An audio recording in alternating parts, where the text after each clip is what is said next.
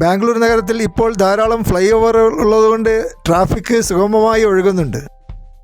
സിഗ്നലുകളുടെ എണ്ണം കുറച്ചതുകൊണ്ട് വാഹനങ്ങൾക്ക് അധിക സമയം ട്രാഫിക്കിൽ കുടുങ്ങിക്കിടക്കേണ്ടി വരുന്നില്ല.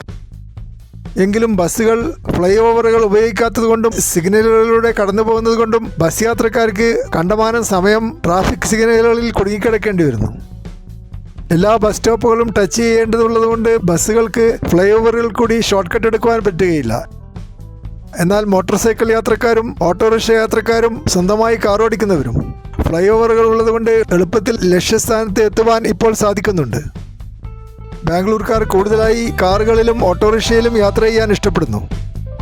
തിരക്ക് പിടിച്ച ജീവിതശൈലി ആയതുകൊണ്ട് ബസ്സുകളിൽ യാത്ര ചെയ്യുവാനുള്ള ക്ഷമ അവർക്ക് കുറവാണ്.